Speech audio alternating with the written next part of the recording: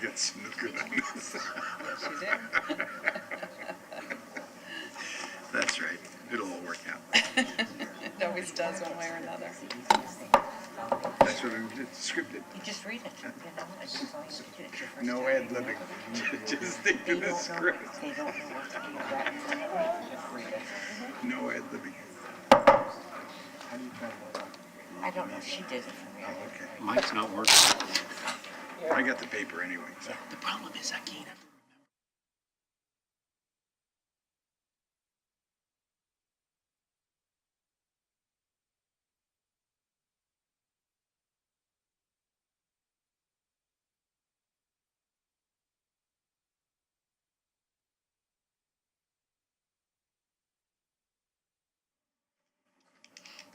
They don't send the link out every month. Question? Is the TRC here? Where are they? This time they sent it out.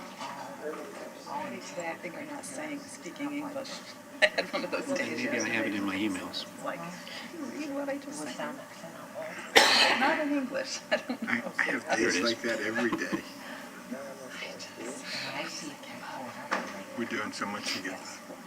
You know, So we need to take a group photo of all you guys before the I meeting starts. sent this, not only, like, just, I sent it to everyone in And so Zoom they grants who had their name a in photo Zoom. of all the boards. I mean, the Realize world that knows. not I everybody's do. here, but Yeah, who those goes? are going to be in the photo. I talked to a person. Can we bring you guys down here for the group photo real quick So we're doing that right now? right now. before the meeting starts? It really doesn't look like. Okay, then I guess because the meeting starts in about a minute. All right, well, then, let's go. Come on down here. Okay? Mike is here. I do mind. Okay, well, He was- he didn't have- It's just the four of us.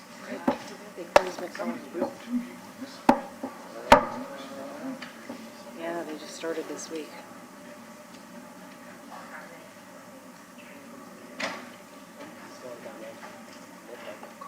We're going to put the shortest person on the step. We're going to put the two, somebody on each side, as the pillars. Perfect. So let's find out. I ended up. I need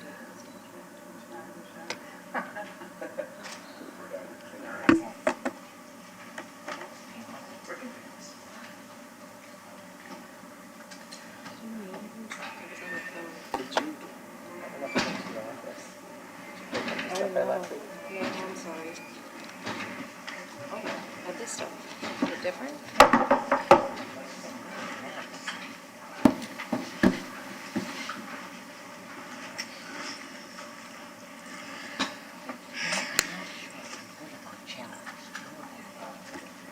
I didn't say you were short. I just said I'm not the tallest. I'm not the shortest.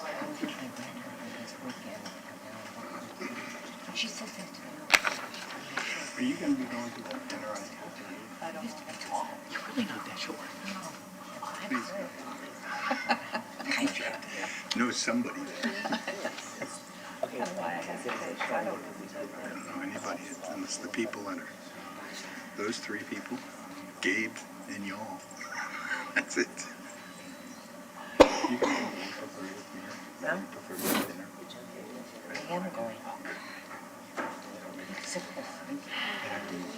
I just said everybody on this board and everybody in that office, Thank God we have to people get I know will be there. They won't be there? No, that's the only people I know that will be there. Okay. I'm trying to, familiar faces. We can all hang together and act like a gang or something. Does that mean I have to go just to support you? Yes, absolutely. Oh my God. Yeah, I go every year, so it's just, you know, it's a, my husband's big night out is going to this board. Oh, gosh. Yeah, well, he doesn't get out very much.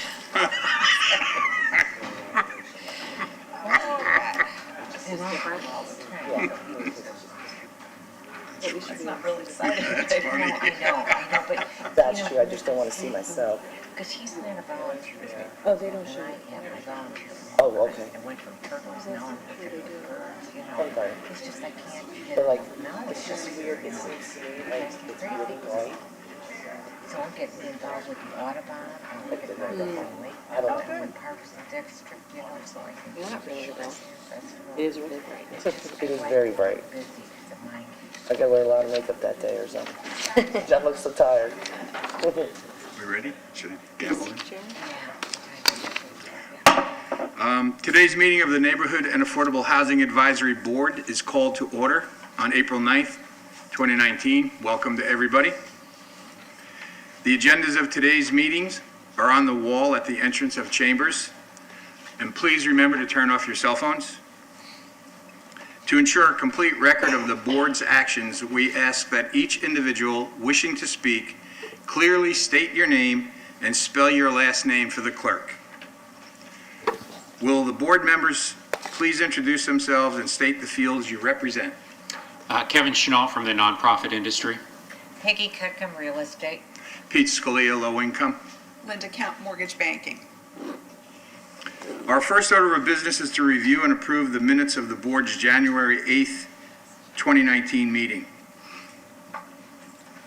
I so approve the minutes. I'll May, second. all in favor, say aye. Aye. Opposed? The minutes are approved. Is there anyone here to speak to items not on today's agenda?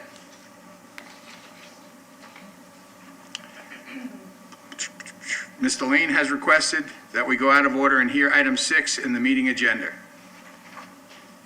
Thank you, Mr. Chair. Chuck Lane, Assistant Director, Economic Development and Housing Department. I will be leaving early today, and that's why we're taking this out of order. I just want to cover a couple of items that I wanted to make the board aware of. This meeting will be videotaped. I will have the opportunity to see all of the presentations, even though I'm leaving early today. So smile at the podium when you're up there. Regrettably, we have a resignation from the board. I think that the board needs to know that Haley Crum has submitted a resignation. So she was our chair. Mr. Scalia, of course, is stepping in on that today. We'll address the vacancy and come hopefully in the next meeting. So we have an advisory board meeting, an advisory board dinner, a recognition dinner coming up April 30th. It will be at the Sheraton Sand Key. You should have all received your invitation. If you haven't, let me know. I'll make sure you get that. It's going to be April 30th at 5:30 p.m. So this meeting today is, as we know, is to have presentations for all of our applicants. The Technical Review Committee is here today. There are 4 members on the Technical Review Committee. They will review the applications over the next week or two. So they are here today. Just to give you some context as to what we're looking at, the public service is the key component. That's the most competitive aspect of what we're doing today. We have 11 applicants that have submitted for public service grant money. We don't know exactly what the allocation from HUD is going to be. What we do at this time is we assume we're going to get the same allocation we got last year. And if that holds true, we'll get somewhere in the neighborhood of $111,000 to distribute among our public service applicants. So that's where we're at. What we do, the Technical Review Committee will rank the applicants. We'll have 3 tiers, a top tier, a middle tier, and a lower tier, and the funding will be distributed according to that. So that's where we're at. We're also going to hear the public facilities presentations. We also have housing pool applicants that were given the option to present. None of them have asked us to have taken advantage of that opportunity. So that's where we're at. We have several presentations coming up. The next meeting we have for the board is going to be to approve the staff, the TRC, and the staff recommended allocations. So that's going to be a critical meeting. It's going to be on May 14th. It's important that we have a quorum, May 14th at 9 a.m. So, Mr. Chair, that concludes my comment. Okay. The next order of business is the agency presentations of their applications for fiscal year 2019-2020, annual action plan funding. From February 22nd through March 22nd, the city received applications for funding in its upcoming annual action plan. Each applicant will have the opportunity to present its proposed project or public service to the board this morning. Please be mindful, each agency has 3 minutes for its presentation, and the board will have an opportunity to ask questions following each presentation. There's a lighting system placed on the podium for the presenters. It will be green at the start of each presentation and will turn yellow when there is 45 seconds remaining. When it turns red, the 3-minute period has expired. It is not necessary that you use the entire 3 minutes. I'm sorry? Go ahead. Okay. I will call the agencies forward to present in the same order that the applications were submitted to the city. The agency that submitted first will be the first to present, and so on. The first presentation will be the Homeless Emergency Project to present their request for adult shelter salary support. Please come forward.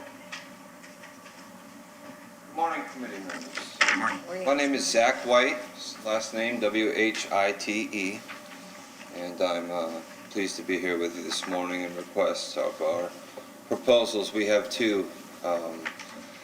One is in regards to a $25,000 request for support of our emergency shelter staff. Historically, since 1986, HEP has been the prominent homeless and housing provider in North Pinellas County, and definitely the largest, most comprehensive.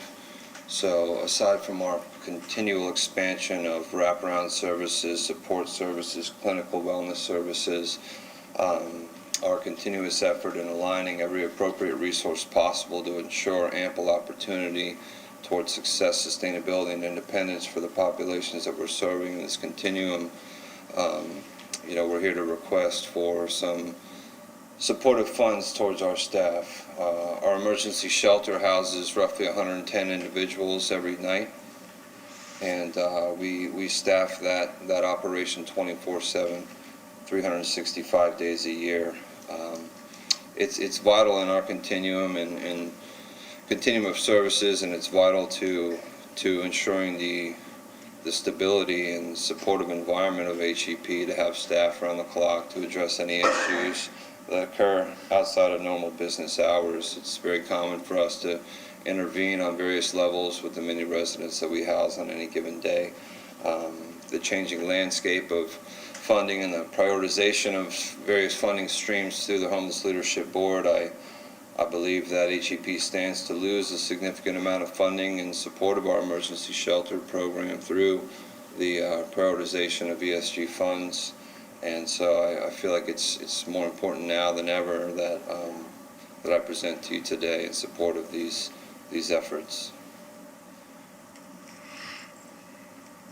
Anybody Just have any? a little hindsight, last year HEP served roughly 1,150 people, and so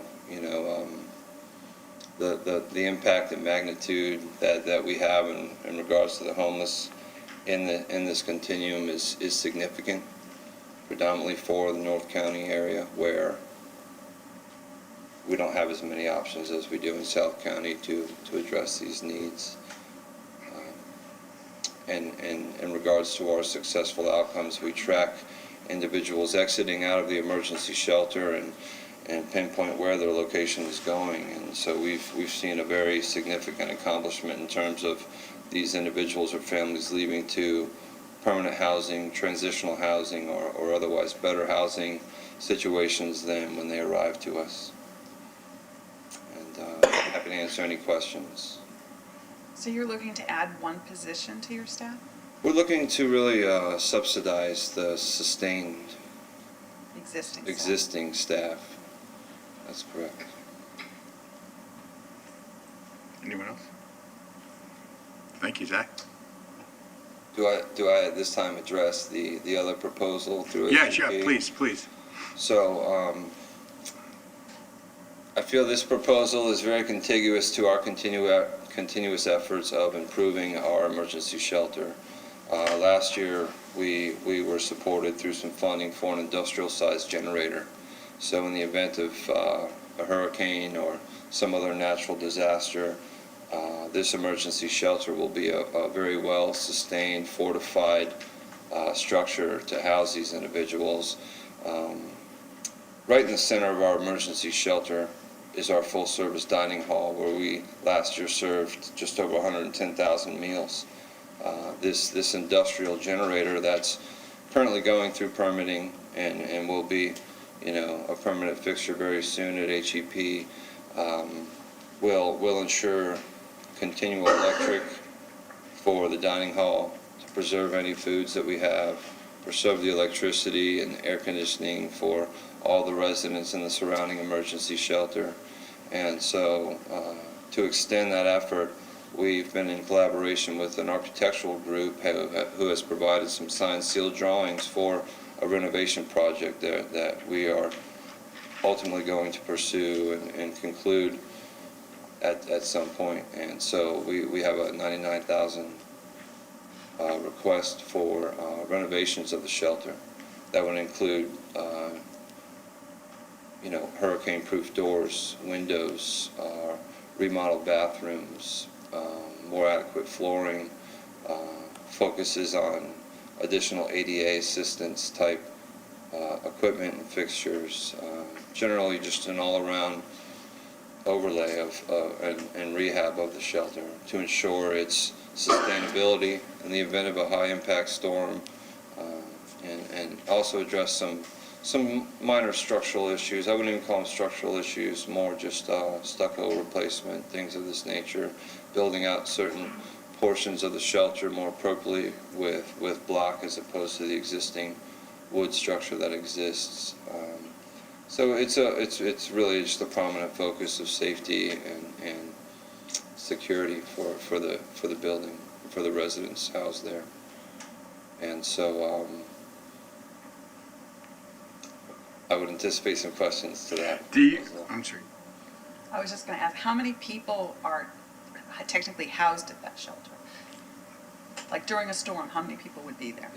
Our capacity is roughly 110 on any day, and that number can fluctuate due to the 8 family units that we have for emergency shelter. Do you have a generator, or will a generator come out of this 99,000? The generator has already been paid for. Okay.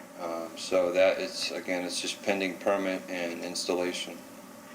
And then that will be up and running and sustained on the gas that we have existing in our infrastructure.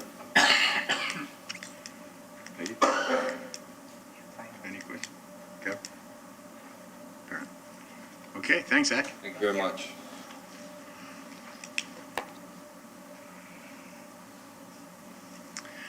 Sorry. Westcare Gulf Coast, Florida, Inc.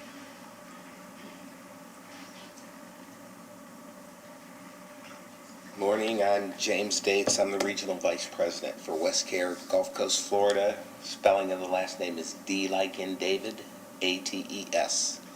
We're requesting $25,000 in support of our Turning Point. Turning Point is an inebriate intake facility as well as a homeless shelter. It's a 65-bed facility located in St. Petersburg. Last year we served 1,126 individuals. Of those, 238 identified themselves as Clearwater residents prior to entering our program. The way Turning Point works essentially is we take referrals from other agencies as well as law enforcement or self-referrals. You come into the program. Basically, everybody that comes into the program is under the influence. They spend their first 3 days on mats in a direct observation area where our staff can see them in case they have any medical issues. At the end of the 3 days, we ask them if they want to continue on the path of sobriety. If they say yes, we enroll them in a 30-day program where they receive case management services, employment services, and basically a treatment plan. At the end of their 30 days, we try to transition them to other sober living environments. So, for instance, they could transition to our Mustard Seed Inn program, where we run a jail diversion program in conjunction with the Public Defender's Office, or we refer them to other sober living environments. Turning Point also operates as a cold night shelter. In the event of weather below 40, we add 20 additional mats, and it's a hurricane pickup location. So it's one of the gathering places for people who need transportation to public shelters can go in the event of storms approaching. Questions? I have one question. You have 65 beds currently. Mhm. Are you 100% occupied every night? Or how many All did the you say? time. All the time. So it's a referral program. Mhm. So the police or somebody contacts you and says, we got somebody who wants to get into the program. What's the drag time on getting them actually into the program? Typically, they get in that day. It Okay. turns over so fast. What will happen, like, for instance, today, if you went to Turning Point at about 2 o'clock in the afternoon, people start gathering to see if we're going to have beds open that evening. Okay. So it's I'm sorry, just trying to understand. So it functions as a homeless shelter in the evening, but it's also a recovery program at the same time? It's Depends on how you come into it? Yeah. Okay, all right. The folks from Clearwater, and you state in your application the street teams helps engage people. Do they provide transportation, or how do the people get to you from Clearwater to St. Petersburg? Typically, if they come from Clearwater, if they're transported, it's a law enforcement drop-off. Okay. And we guarantee law enforcement agencies a 10-minute turnaround time. So they'll be at our place no more than 10 minutes before we take the folks off their hands and they're back to doing what they do. What's the average length of stay?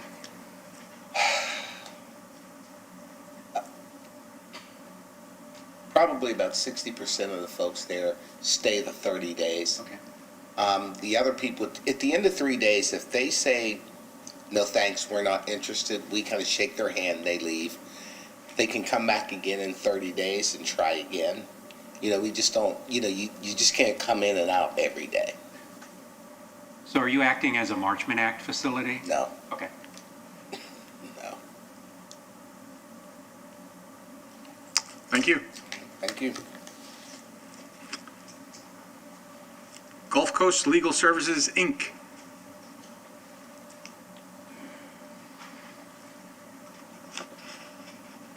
Did I read that? Gulf Coast Legal Services, Inc., no one here? The Pinellas Opportunity Council, Inc.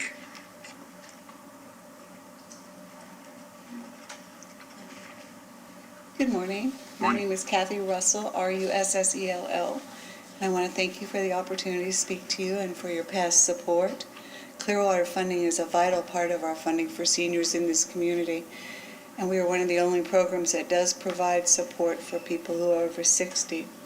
Our mission is to help those who can no longer help themselves, can't afford it, or have no one else to help them with household cleaning, yard work, and minor repairs.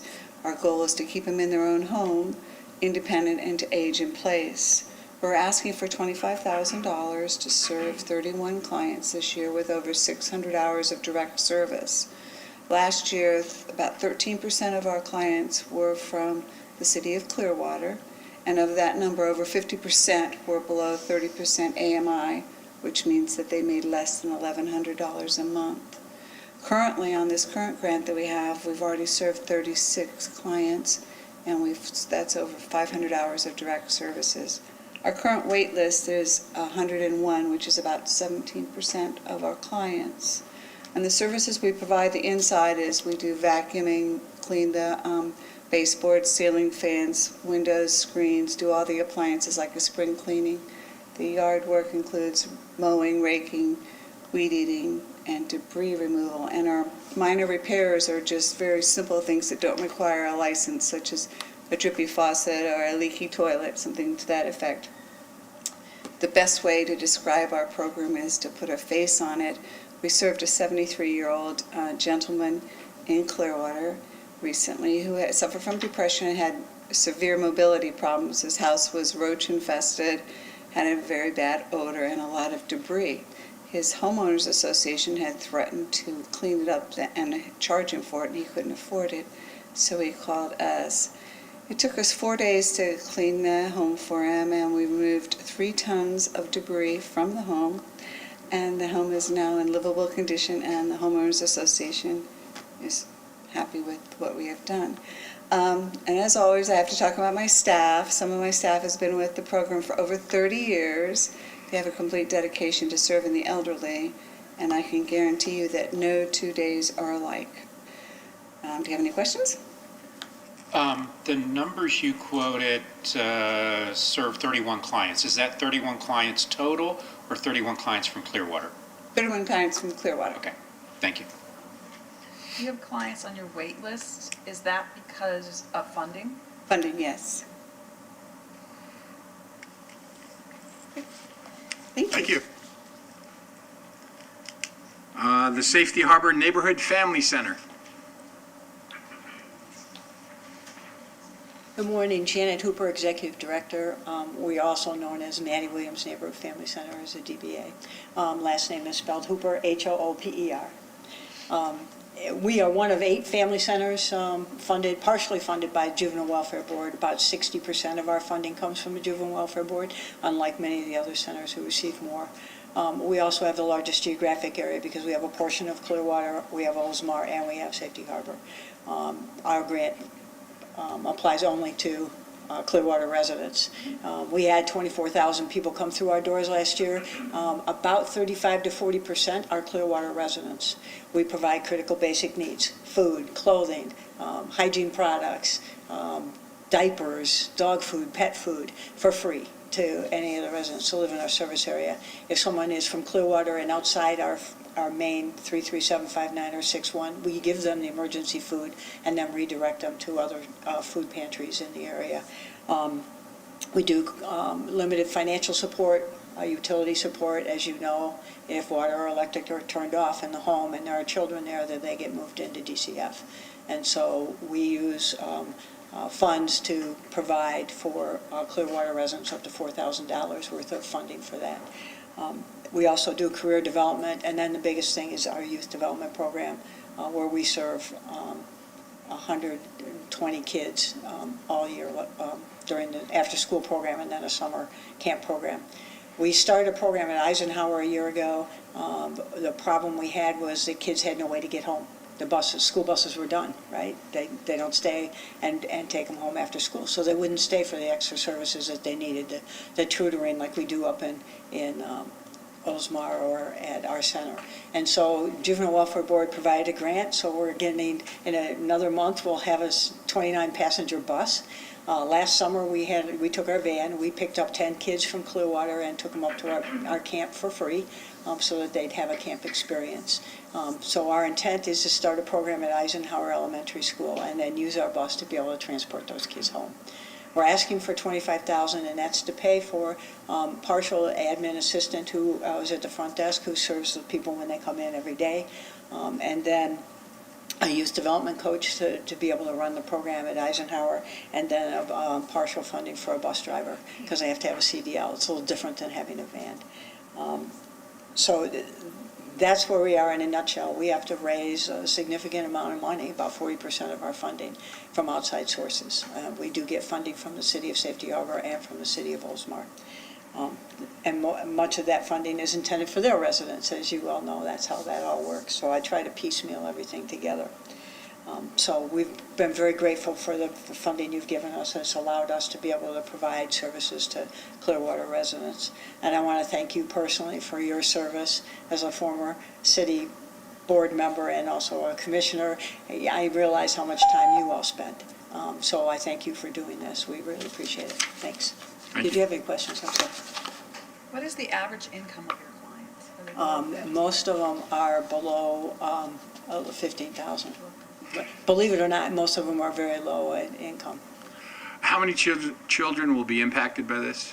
Well, we're hoping for, outside of the ones we already serve that come to our center, would be another 20 kids at Eisenhower. That's our goal for the first year. We already serve Clearwater residents that come to our center for after-school program and summer camp. Thank you. Okay, thanks. Directions for living.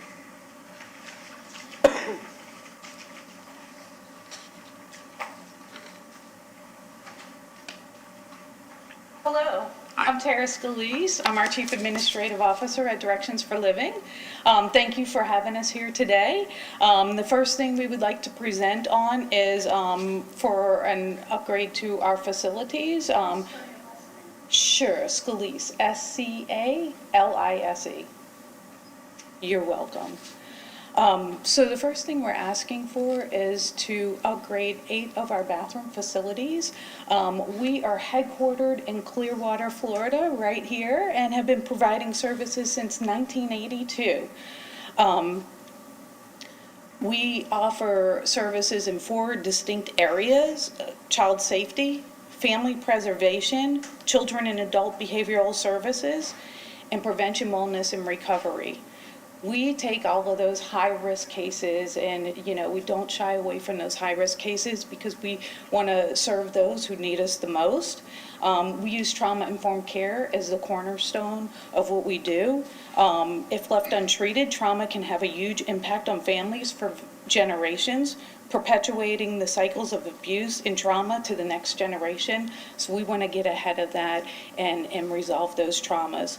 We impact the lives of over 20,000 people every year.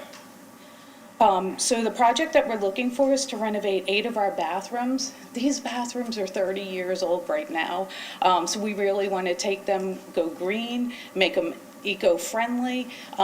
This is right here in Clearwater, where we serve not only clients, but also our corporate headquarters, where we have a lot of employees housed out of there as well.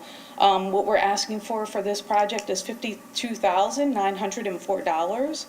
You have no idea how much this will help, with the clients that we serve, to have a nice, place to go into, as well as for our employees. We want to thank you all, because we couldn't do it with all of the support that we get from you all over the past many years. Please help us take this to the next level and take our facilities to the next level. Do you have any questions for me on this project? Not on this project. All right, great. So the next project that we're looking for is still in the Clearwater area, and the same services that we do provide, but we're looking for support with our homeless case management from a public service standpoint, where we're providing case management support for Pinellas Hope. Right now, we have a position that's already in place. It was originally created years ago to help with an influx of people in the Pinellas Hope area who had mental health issues. We were noticing a lot of the people that resided in Pinellas Hope, they had some mental health issues that we needed to connect them with. So we were providing those services for them. So we're looking for some case management support for a position we already have in existence. We're asking for $18,446. Any questions with this? Do you know how many of those clients are from Clearwater that you service? Of the 21,000 Right. in total, predominantly in Clearwater, roughly 17,000. For this Pinellas Hope, last year we served 200 clients for the Pinellas Hope one, which is different than the Right. eco bathrooms. Is the case manager we're speaking about right here dealing with mental illness? Yes, linking them with services, connecting them with our behavioral health programs, and helping them get the services that they need to get housing, affordable housing. Anyone else? Any questions? No? Thank you. Thank you so much. Have a great day, you all.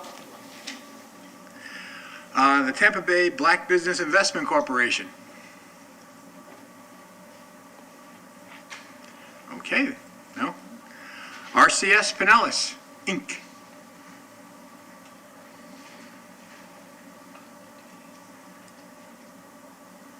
Good morning. My name is Belinda Beckton Maccabee. Last name is B as in boy, ECTON hyphen Maccabee, MCABEE.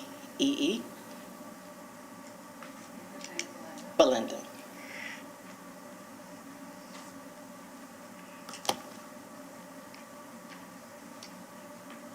Our first proposal is for the renovations to our haven.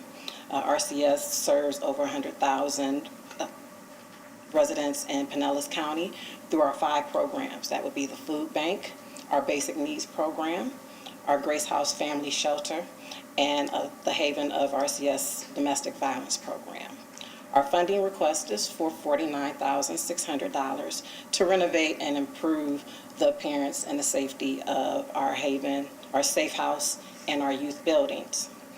Those items that would be included in those costs would be the paint the exterior of our Safe House and our youth building, also do some landscaping, and also paint a bedrooms and bathrooms in our wing where we have just the women without children. Also, that would also be included in that cost would be to purchase a shade structure for the playground, because how the playground is situated, of course, no shade, which means sun is pretty much coming down on the children.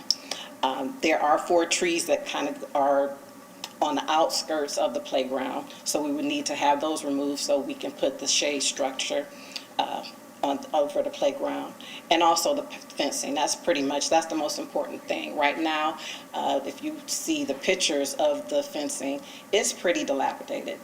Poor condition. You can pretty much see the residents, our resident guests, through the slats of the fences. And this is supposed to be a safe house for domestic violence victims, so we want to protect them at all costs. So for us, the paintings and all the different things that we are including in this cost will not only be to enhance the safety of those residents, but also different health issues as far as the mentality of the guests. Some parts of the safe house that I'm proposing are a little run down, so we feel with these cosmetic enhancements, it would improve the mentality of our guests there. Any questions? Anyone? Next. Our second proposal is for salary support of an advocate at our safe house at the Haven. Before I get into that, if I may, there was a slight correction, not so much in what we are proposing, but in our budget narrative. We had a total operating budget, I believe, of $600,000 in the narrative, and it's actually $1.1 million. So what I'm proposing of $550 is actually a little less than 2% of the total budget. And what this salary is going to do is support one of our advocates, about 50% of her salary. The duties of the advocate is basically case management.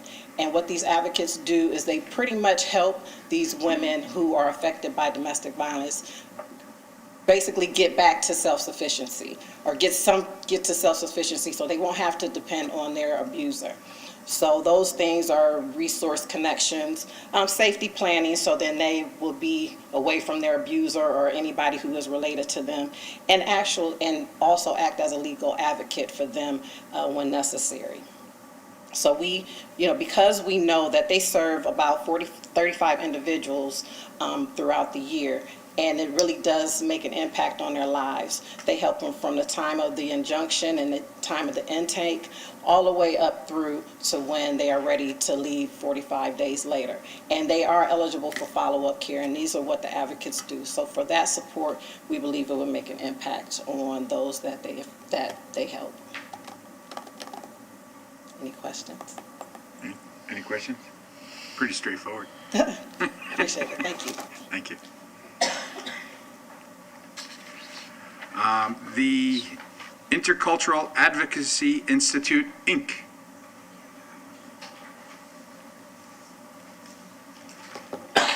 My name is Jacqueline Boland, B-O-L-A-N-D. My name is Alma Quinto, P-I-O-Q-U-I-N-T-O. P-I-O-Q-U-I-N-T-O. So good morning. My name is Jacqueline, and I am the CEO of the Intercultural Advocacy Institute, and we operate the Hispanic Outreach Center of Pinellas County. Our headquarters are here in Clearwater, and we are asking for the $25,000 to support our youth leadership program. And this program brings middle and high school students together every other week with their parents to build skills and resilience that the students and the families need to succeed in school and prepare for post-secondary education. We specifically developed this program to serve Hispanic families living in Clearwater with the support of JWB and the CDBG grant since 2012.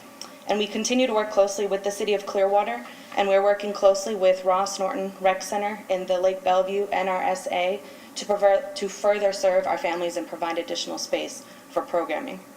This $25,000 will support the social worker and support staff who operate the family component of our program. Last year, with the support of the CDBG funds, we created 2 groups for the middle and high school students rather than one, so we could tailor curriculum to meet each of their needs for the students. And the funds requested would allow us to enroll new students and families into the program. We currently are serving 45 students and 32 families in Clearwater. Oak Grove Middle School would be our focus, working with middle school students, which has the highest Hispanic population of all middle schools in Pinellas County, with 39% of their student population being Hispanic, which is 442 students. And why our program is successful is because it involves the parents in their child's education and their future in a culturally sensitive and inclusive way. Family, as we have found, is a key part of our program because they can either be the barrier or the key to their children's success. So we help to support those families to give them the support they need to support their children. So since 2012, families have gained empowerment skills and taken a more active role in their community. They're going to libraries, going to parks, and even volunteering in our community. And we've found that through allowing the students and the families to lead and take a more active role in those activities has had much more of an impact. So a key student who has been involved with YLP and in these activities is here with us today, and her family as well in the audience to support her. Alma's an 8th grader at Oak Grove Middle School and is here to share with you why YLP is so important to her and her family. My grandfather promised my mom that after she finished middle school, she would be able to go to high school. However, he forced her to work in fields for the money and to stop studying after middle school. My mom also wasn't comfortable where she lived because she would see her mom get beaten and disrespected. Therefore, my mom decided she wanted her children to have a better future and to have a safe home. However, my mom struggled when she came here because of her immigration status. She isolated herself and wasn't part of the community. This all changed when I started attending this program. We became more involved in the community and met more people that had a positive impact on our lives. My dad recently had a work incident where he broke both of his wrists. My parents went through a financial crisis and didn't know how to pay for the necessities. This program helped us through law guidance, finding resources, and providing us with the basic needs. They helped us to stay confident and to get through the situation, and make us feel like we're not lonely in this world. This helped me to worry less and to continue to focus on school because I knew my family was in good hands. This program allows students to do good in school and to go to college. This program helped me apply for the Take Stock in Children Scholarship, which I received. They also helped my parents to understand the importance of taking advanced classes and attending a magnet program for high school. I will proudly be attending the IB program at Largo High School because of their help. I'm an 8th grader taking 9th grade math, science, and English. Attending this program allowed my family to interact more in activities and spend more family time. There's this one activity where we did a scavenger hunt, where we were given an amount of time to find something and bring it to the leader. My parents and I learned to work together and it brought us closer. This activity taught me that we don't have to fight just to get something done. The Youth Leadership Partnership Program has been crucial to allowing me to be successful in school. Without this program, I would not have been able to get straight A's throughout all 3 years of my middle school. I hope Alma's story has helped you to understand the importance of our program and how we are changing lives here in Clearwater for the better, day by day, student by student, and family by family. We hope that you will help us and allow us to continue to show you stories like Alma's in the years to come. Do you have any questions for us? How many families would you say go to the after school? We have right now 32 families. And most of them are Clearwater, from Clearwater? Oh, yeah, Clearwater, yeah. We have 2 families that have just recently moved to Largo, but they still attend Clearwater schools. Yeah. This, like I said, this program is specifically in Clearwater. Thank you. Okay, thank you.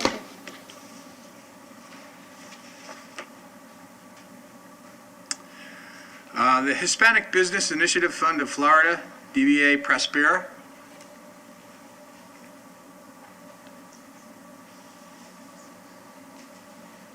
Good morning. My name is Fabian Yepes, Y-E-P-E-Z. Well, first of all, I wanted to thank the I want to thank the City of Clearwater for the support we've been receiving for the last couple of years. Prospera wants to continue helping Hispanic, with our support and our expertise. We want to continue helping Hispanic entrepreneurs and those who already have or are looking to open new businesses in the area of Clearwater. As you know, our services continue to be free, and those are through education. We do consultations, workshops, and we offer grants, business grants. We want to continue offering the same number of workshops that we've been offering. We want to continue offering the same number of grants that we've been offering. There's only one little change that we're suggesting, is that we've been offering a number of consultations, one-on-one consultations. We noticed that we think it's a good idea to, instead of reducing just a little bit number of consultations, we want to offer a 2-day boot camp for businesses. What we want to do in this boot camp, and what we found is businesses usually when they come, they're basically asking for two things. Either they want more money, or they need money, or they need more clients. We think that helping them with this boot camp, we'll be able to focus on certain clients that will be able to benefit with this. So we're thinking of offering how to create a business plan for loan purposes. And the second day of the boot camp, we would teach them a little bit about marketing and advertising, how to promote their businesses and be able to bring more people. Although last year we already honored, we have an event every year, Success Stories Luncheon, where we honor certain businesses that have been successful, have been able to create jobs, and that with our help have been able to accomplish this. Last year we already recognized a Clearwater business, and hopefully with this boot camp we'll be able to increase the number and be able to help more businesses. How much are you asking for, Fabian? We're asking for $30,000. $30,000. And what type of businesses do you help? We help any type of business. It can be from a small person who has baking something from their homes, to larger businesses that are providing even services among the Hispanic community. So really any profession? It's any profession. We don't. It really doesn't matter what type of. It's what we're more focused in is being able to help them create jobs and become sustainable. Last year, just in the city of Clearwater, we were able to create 25 jobs, but we were able to retain 30. So we want to continue to do that. Kevin? Okay. Thank you. Okay, thank you.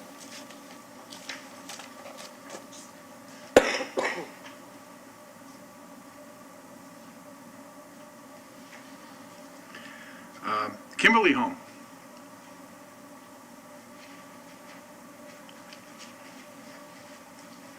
Good morning. Whoops. My name is Kate Kelly, Kelly, and I am the CEO of Kimberly Home Pregnancy Resource Center, located right here in Clearwater. Kimberly Home just celebrated its 36th anniversary. And we have been in the location where we are now at the corner of Drew Street and Missouri, that kind of odd intersection where Northeast Cleveland comes in, since 1996. So since arriving there with the help of the city, we've been able to expand our campus to include not just the center, but also we added a child care center back in early 2000, and we've been slowly acquiring houses around our campus for the purpose of housing moms who would otherwise be homeless. We have currently 6 homes that are active right now, and we have one that we recently received, but it's awaiting funding for renovation. When completed, we would have 16 beds for those moms. It's a small portion of the number of women we actually serve. We serve over 700 women plus their children in a year's time. I am here today to ask for the residential advisor position. It's a $25,000 request, and that position would be for Well, what we've discovered is we really need to have somebody living on campus 24/7. It's vital to our program for the safety of the moms, for the security. We actually we call her house mom. She's the house mom to those moms. They need to have someone there at any time, any given time. I mean, because we're not a gated facility, there's always the chance of somebody coming through there at night, or babies tend to be born in the middle of the night. So it's good to have somebody they know and trust with them at that time. She's also there to teach them how to care for their home and how to care for the surrounding grounds. We take great pride in having the girls take pride in the campus that they're living on, as well as Clearwater in general. As you probably know, we do, in addition, provide pregnancy testing and ultrasounds and counseling. We also provide education to the moms. So that's all available to the residents. They're able to attend all of our classes in prenatal, postnatal care, budgeting, birthing care, everything that you would absolutely need, as well as parenting and life skills. We also provide the child care opportunities, which is right there on campus. 3 years now. We moved it from the inside of our building to the street behind, right by the housing, and we're able to double the size there. So we have a capacity for 30 of those children, which we give priority to the moms who live on the campus for that daycare. So they literally just have to walk a couple houses away to get their children to daycare. Other than that, I do want to just tell you how successful this program has been. Is that it? That's it. Oh, sorry. Done. Any questions? How long do the mothers typically stay at Kimberly? The rule of thumb is they can stay till the baby's 6 to 9 months old, but if they're not ready for that, and typically they aren't, they're allowed to apply for an additional year. So if they come early in pregnancy, they can literally end up staying 2 years. Your $25,000 request is a large portion of this person's salary, according to your budget. If not funded fully, do you have reserve funds, or what are your contingency plans? Well, we're scrambling. We provide the utilities and the help, obviously, she needs to stay there, but it's a struggle. We went a whole year without one, so we're trying. We just don't pay them a lot. You might have said it and I missed it. How many women have you helped this year or in the past fiscal year? For the whole program, it's 700, approximately 700 a year. 700. But with the children, it's double that. Oh, also, some of our moms have 2 to 3 children, so we have a mom living there now with 3 children herself, so it just depends on who comes to us. Thank you. All right, thank you very much. And last but not least, Miracles Outreach, CDC.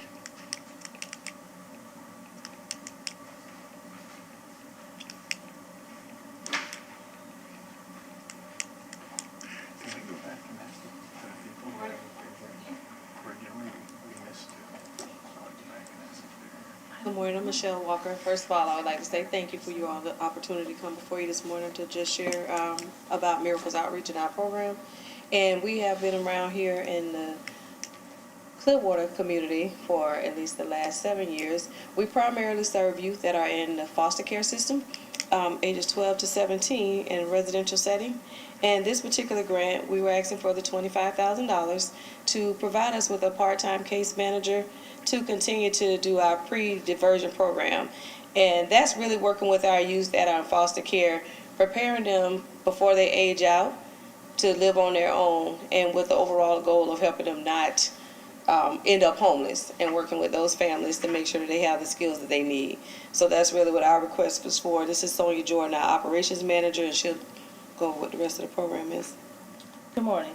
Our prevention and diversion, I'm sorry, Sonia Jordan, Jordan. Our prevention and diversion program has actually been around for about 9 years. We've worked with homeless youth, foster care youth. We also service C-sect or sexually exploited youth as well. So the goal of our program is to work with them to develop life skills and social skills, focusing on career choices, positive and healthy choices as far as relationships, dealing with financial literacy. Our core values of our program focus on really integrity, teamwork, and respect. The youth come and they meet once a week. They meet with the facilitator. We'll have different people come in, different speakers will come in and talk with the youth. We utilize mentors from different areas of life that will come in, speak to the youth, as well as give them an idea of maybe it may be someone coming in, like say a judge, or if they want to be in the legal field, they want to be in a certain field. We try to seek out people that can come in and help in that way. We also utilize college interns as well, and volunteers is a big piece of our program. We want to have a part-time case manager to be able to come in and meet with the youth at least twice a week. So if there's more serious issues that need to be addressed, they can come in, work with the youth, work with their families, give them referrals, and get them on the pathway to any additional services that may be needed. Any questions? No, I think that's it. All right. Thank you. Thank you. Do I go back and ask? Yeah. Okay. We have two. Let's see, Gulf Coast Legal Services, are you here now? No? Yes? No? And Tampa Bay Black Business Investment Corporation, are you here now? No? Okay. Then, is there anybody else who wishes to speak? Okay, then I guess, item 5, any old business to discuss? And do any board members have any new business to discuss? And are there any comments from the audience?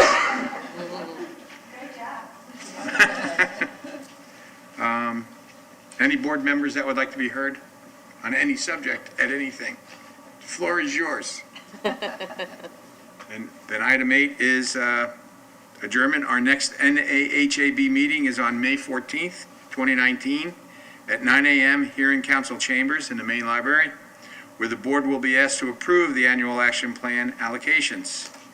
The board is adjourned. Thank you.